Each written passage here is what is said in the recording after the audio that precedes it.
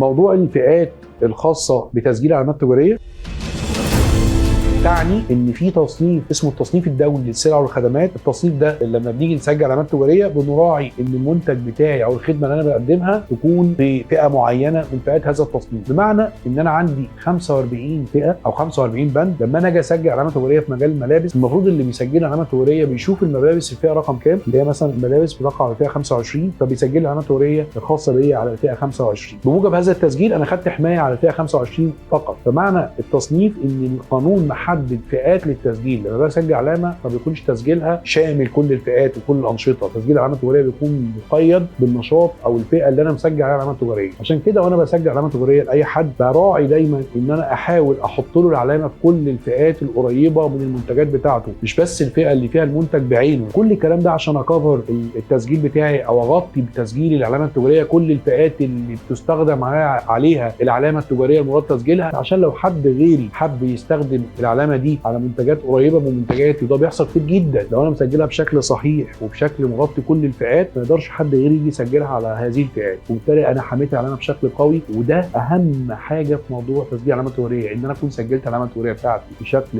قانوني سليم، وبالشكل اللي ما حدش يقدر بعد كده يخش ينافسني على التسجيل ده تسجيل اخر.